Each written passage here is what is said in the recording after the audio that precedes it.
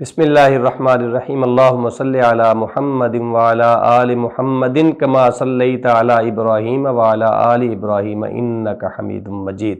ناظرین کرام، لوگ ایک سوال کرتے ہیں ان دنوں میں کہ آپ عید میلاد النبی صلی اللہ علیہ وسلم مناتے ہیں، تو عیدیں تو دو ہیں، ایک ہے عید الفطر جس کو ہم چھوٹی عید بھی کہتے ہیں، رمضان المبارک کے بعد آتی ہے، اور دوسری ہے عید الاضحیٰ جسے ہم بڑی عید کہتے ہیں اور وہ قربانی والی عید کہلاتی ہے۔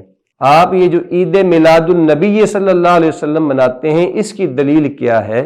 تو میرے بھائیوں، اس حوالے سے میں آج ان کی یہ غلط فہمی دور کر دیتا ہوں کہ وہ جو سمجھتے ہیں کہ عید میلاد النبی صلی اللہ علیہ وسلم کہنا شاید یہ درست نہیں ہے اور اس کی کوئی دلیل نہیں۔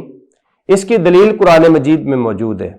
سورہ مائدہ آپ اٹھا کر دیکھیں، قرآن مجید میں ارشاد ہوتا ہے کہ ربنا انزل علینا مائدۃ من السماء تکون لنا عیدا لاولنا وآخرنا وآیۃ منک۔ بنی اسرائیل کے لوگ دعا کرتے ہیں کہ ربنا انزل علینا مائدۃ من السماء، اے ہمارے پروردگار، اے ہمارے رب، ہمارے لیے آسمان سے مائدہ نازل فرما۔ مائدہ دسترخوان کو کہتے ہیں، دسترخوان جس کے اندر مختلف کھانے پینے کی چیزیں ہوں۔ یوں کہہ سکتے ہیں کہ مائدہ جو ہے وہ نعمتوں کا مجموعہ ہے، خوان نعمت بھی آپ کہہ سکتے ہیں۔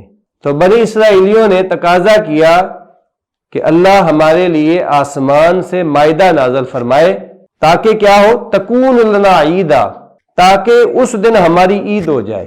قرآن مجید کی اس آیت سے پتہ چلا کہ جس دن اللہ کی نعمتیں نازل ہوں وہ دن مومنین کے لیے عید کا دن ہوتا ہے۔ میں سوال کرتا ہوں سارے مسلمانوں سے کہ اپنے دل پر، اپنے سینے پر ہاتھ رکھ کر یہ بتائیں کہ کیا کوئی دنیا کی نعمت نبی کریم صلی اللہ علیہ وسلم سے بڑی نعمت ہو سکتی ہے؟ بتائیں کہ ایو نعمت اعظم من محمد صلی اللہ علیہ وسلم، کون سی نعمت ہے جو آقا انعامدار، مدنی تاجدار، رحمت پروردگار، شفیع روز شمار جناب محمد الرسول اللہ صلی اللہ علیہ وسلم سے بڑی ہو؟ آپ صلی اللہ علیہ وسلم نعمت عظمیٰ ہے۔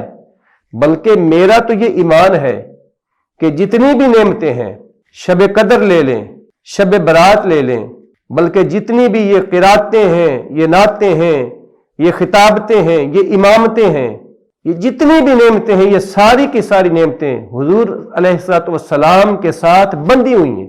اگر آپ نہ ہوتے تو کچھ بھی نہ ہوتا۔